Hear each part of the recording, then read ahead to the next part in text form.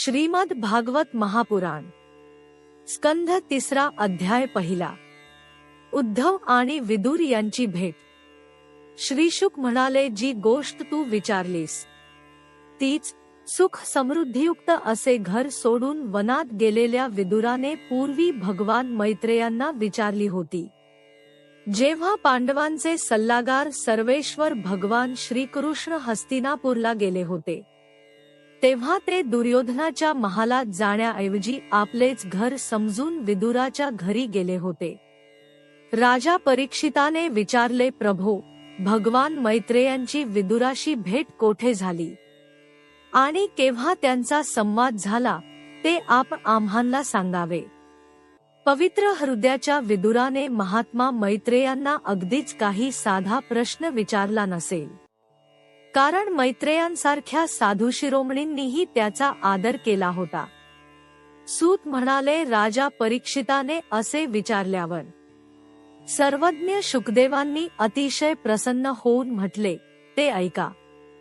श्री शुकाचार्य म्हणाले, ज्यावेळी अंध राजा धृतराष्ट्राने अन्यायपूर्वक आपल्या दुष्ट पुत्रांचे पालनपोषण करताना आपला धाकटा भाऊ पांडू याच्या अनाथ मुलांना लाखेच्या घरात पाठवून त्या घराला आग लावून दिली, तसेच ज्यावेळी आपली सून आणि महाराज युधिष्ठिरांची पट्टराणी द्रौपदी हिचे केस भर सभेत दुःशासनाने ओढले, त्यावेळी द्रौपदीच्या डोळ्यांतून अश्रुधारा वाहत होत्या आणि त्या धारांमुळे तिच्या वक्षस्थळाला लावलेले केशर वाहून जाऊ लागले, तरी सुद्धा धृतराष्ट्राने आपल्या मुलाला त्या कुकर्मापासून अडविले नाही।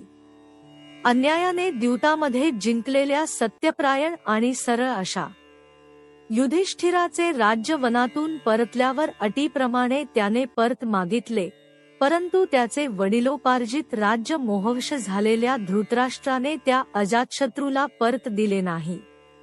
महाराज युधिष्ठिराने पाठविल्यामुळे जगद्गुरु भगवान श्रीकृष्णांनी कौरवांच्या सभेत सज्जनांना अमृतासमान वाटणारे भाषण केले। त्या म्हणण्याचा धृतराष्ट्राने मुळीच आदर केला नाही, कारण त्याचे सर्व पुण्यच नाहीसे झाले होते ना। नंतर सल्लामसलतीसाठी जेव्हा विदुराला बोलावले गेले, तेव्हा सर्व मंत्र्यात श्रेष्ठ अशा विदुराने राजभवनात जाऊन थोरले बंधू धृतराष्ट्राने विचारल्यावरून त्याला जो सल्ला दिला, त्या सल्ल्याला नीतिशास्त्र जाणणारे लोक विदुरनीती म्हणतात। विदुर म्हणाला, महाराज, आप अजातशत्रू युधिष्ठिराला त्याचा राज्याचा हिस्सा देऊन टाका। सहन करता येण्यासारखे आपण केलेले अपराधही ते सहन करीत आहे। ज्या भीमरूपी नागालाही आपण खूप घाबरता, तो बदला घेण्यासाठी आपल्या छोट्या भावांसह मोठ्या क्रोधाने फुटकार टाकीत आहे। पांडवांनी भगवान श्रीकृष्णांना आपलेसे करून घेतले आहे। ते यदुवीरांचे आराध्य दैवत यावेळी आपली राजधानी द्वारकापुरी येथे आहे। पृथ्वीवरील मोठमोठ्या राजांना त्यांनी जिंकून घेतले आहे आणि ब्राह्मण तसेच देवही त्यांच्याच बाजूने आहेत। ज्याचे आपण पुत्र मानून पालनपोषण करीत आहात, त्या दुर्योधनाच्या रूपाने तर मूर्तिमान दोषच आपल्या घरात घुसला आहे। हा श्रीकृष्णांचाच द्वेष करणारा आहे। म्हणूनच आपण श्रीकृष्णांना विन्मुख होऊन ऐश्वर्यहीन होऊ लागला आहात।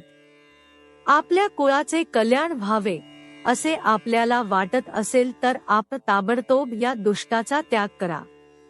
साधुजन ज्याचे अनुकरण करण्याची इच्छा करीत, त्याचे हे म्हणणे ऐकून कर्ण, दुःशासन आणि शकुनी सहित दुर्योधनाचे ओठ क्रोधाने थरथर कापू लागले आणि त्याचा तिरस्कार करीत तो म्हणाला, अरे, या कपटी दासीपुत्राला येथे कोणी बोलावले?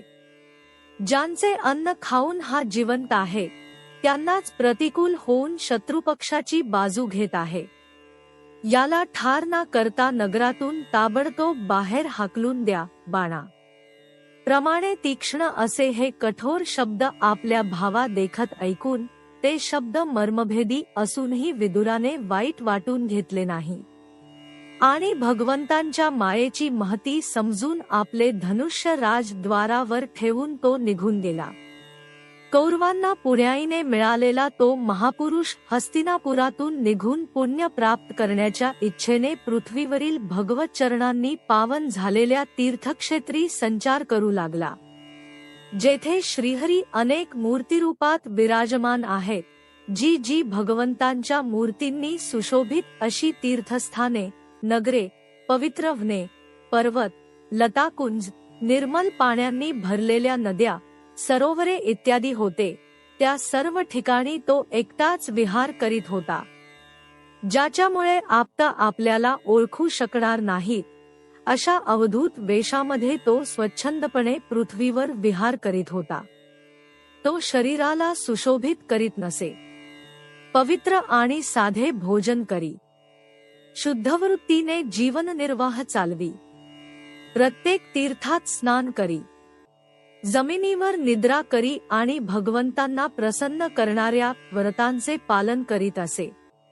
अशा प्रकारे भारत वर्षात फिरत फिरत जेव्हा तो प्रभास क्षेत्रात पोहोचला, त्यावेळी भगवान श्रीकृष्णांच्या सहाय्याने महाराज युधिष्ठिर पृथ्वीवर एकछत्री अखंड राज्य करू लागले होते.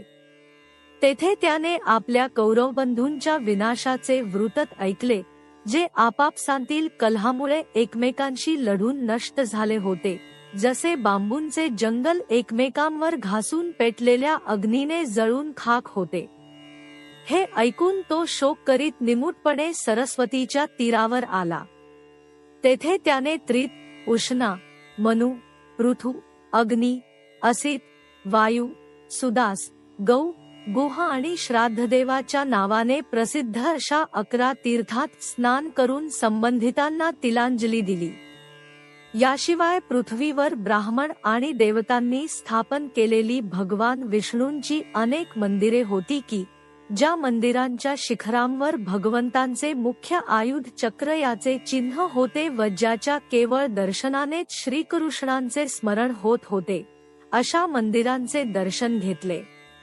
तेथून निघून तो धनधान्याने पूर्ण अशा सौराष्ट्र, सौवीर, मत्स्य, कुरुजांगल आदी देशात जाऊन काही दिवसांनी यमुना तटावर पोहोचला. तेव्हा तेथे त्याने परम भागवत उद्धवाचे दर्शन घेतले. तो भगवान श्रीकृष्णांचा विख्यात सेवक आणि शांत स्वभावाचा होता. तो पूर्वीचा बृहस्पतीचा शिष्य होता. विदुराने त्याला पाहून प्रेमाने गाढ आलिंगन दिले आणि त्याला भगवान श्रीकृष्ण आणि त्यांचे आश्रित असलेल्या स्वजनांचे कुशल विचारले. विदुराने विचारले, पुराण पुरुष बलराम आणि श्रीकृष्ण यांनी आपल्याच नाभिकमलातून उत्पन्न झालेल्या ब्रह्मदेवाची प्रार्थना ऐकून या जगात अवतार घेतला. ते पृथ्वीचा भार उतरविल्यावर सर्वांना आनंद देत आता श्रीवसुदेवांच्या घरी सुखाने राहत आहेत ना. प्रिय उद्धवा, आम्हा कुरुवंशीयांचे परम सुहृद आणि जे पित्याप्रमाणे समान वागणुकीने उदारतापूर्वक पतींसह कुंती आदी आपल्या बहिणींना इच्छिलेल्या सर्व वस्तू देऊन आनंद देणारे पूज्य वसुदेव खुशाल आहेत ना. हे उद्धवा, जो पूर्वजन्मी कामदेव होता आणि ज्याला देवी रुक्मिणीने ब्राह्मणांची आराधना करून भगवंतांकडून प्राप्त करून घेतले, तो यादवांचा सेनापती वीर प्रद्युम्न सुखात आहे ना. सातवत, वृषणी, भोज आणि दाशार्ह वंशातील यादवांचे अधिपती महाराज उग्रसेन सुखात आहेत ना. त्यांनी राज्य मिळण्याची आशा पूर्णपणे सोडून दिली होती, परंतु कमलनयन भगवान श्रीकृष्णांनी त्यांना पुन्हा राजसिंहासनावर बसविले. हे उद्धवा, आपले पिता श्रीकृष्ण यांच्याप्रमाणेच सर्व योद्ध्यांमध्ये अग्रगण्य असणारा श्रीकृष्णपुत्र साम खुशाल आहे ना. हे पार्वतीपुत्र कार्तिकस्वामी होते. अनेक व्रते करून जांबवतीने यांना जन्म दिला होता. अर्जुनापासून रहस्यांसह धनुर्विद्येचे शिक्षण घेतलेला सात्यकी सुखरूप आहे ना. योग्यांनाही दुर्लभ अशी भगवद्गती सात्यकीला श्रीकृष्णाच्या सेवेनेच सहज प्राप्त झाली. भगवंतांना शरण गेलेला निर्मल अंतःकरणाचा बुद्धिमान अक्रूर प्रसन्नचित्त आहे ना. तोच अक्रूर श्रीकृष्णांची चरणचिन्हे उमटलेल्या मार्गावरील धुळीत प्रेमाने अधीर होऊन लोळू लागला होता. देवमाता अदितीप्रमाणेच साक्षात भगवान विष्णूंची माता भोजवंशी राजा देवकाची मुलगी देवकी आनंदात आहे ना। जसे तिन्ही वेद यज्ञ विस्तारूप अर्थाला आपल्या मंत्रांमध्ये धारण करतात, त्याचप्रमाणे देवकीने भगवान श्रीकृष्णांना आपल्या गर्भामध्ये धारण केले होते। आपल्या भक्तांच्या कामना पूर्ण करणारे भगवान अनिरुद्ध सुखरूप आहेत ना। त्यांना वेदशास्त्रांचे मूळ कारण आणि चित्त, अहंकार, बुद्धी व मन या अंतःकरण तुष्टयाच्या चौथ्या तत्वाचामनाचा अधिष्ठाता समजले जाते। हे उद्धवा, आपले हृदेश्वर अशा भगवान श्रीकृष्णांचे अनन्य भावाने अनुकरण करणारे हृदिक, सत्यभामेचा पुत्र चारुदेशन, गद इत्यादी सर्वजण सुखरूप आहेत ना। अर्जुन आणि श्रीकृष्ण हे आपलेच दोन्ही हात असल्याचे समजणारे त्यांच्या सहाय्याने महाराज युधिष्ठिर धर्ममर्यादेचे न्यायपूर्वक पालन करीत आहेत ना। मयसभेमध्ये त्यांचे राजवैभव आणि विजय पाहून दुर्योधनाचा जळफळाट झाला होता। अपराधी लोकांच्या बाबतीत अत्यंत असहिष्णू असलेल्या भीमाने सापाप्रमाणे दीर्घकाल टिकणारा आपला क्रोध सोडला की नाही। जेव्हा तो गदायुद्धात वेगवेगळे पवित्रे घेत असे, त्यावेळी त्याच्या पायांचे आघात धरती सहन करू शकत नसे। ज्याच्या बाणांच्या जाळ्यात झाकले गेलेले आणि भिल्लाचा वेश घेतल्यामुळे कोणालाही ओळखून येणारे भगवान शंकर प्रसन्न झाले होते, तो सेनापतींचे यश वाढविणारा गांडीव धनुष्यधारी अर्जुन सुप्रसन्न आहे ना। आता तर त्याचे सर्व शत्रू संपले असतील। पापण्या ज्याप्रमाणे डोळ्यांचे रक्षण करतात, त्याप्रमाणेच कुंतीचे युधिष्ठिर आदी पुत्र ज्यांचा नेहमी सांभाळ करतात आणि कुंतीने ज्यांचे लालनपालन केले, ते नकुल आणि सहदेव कुशल आहेत ना।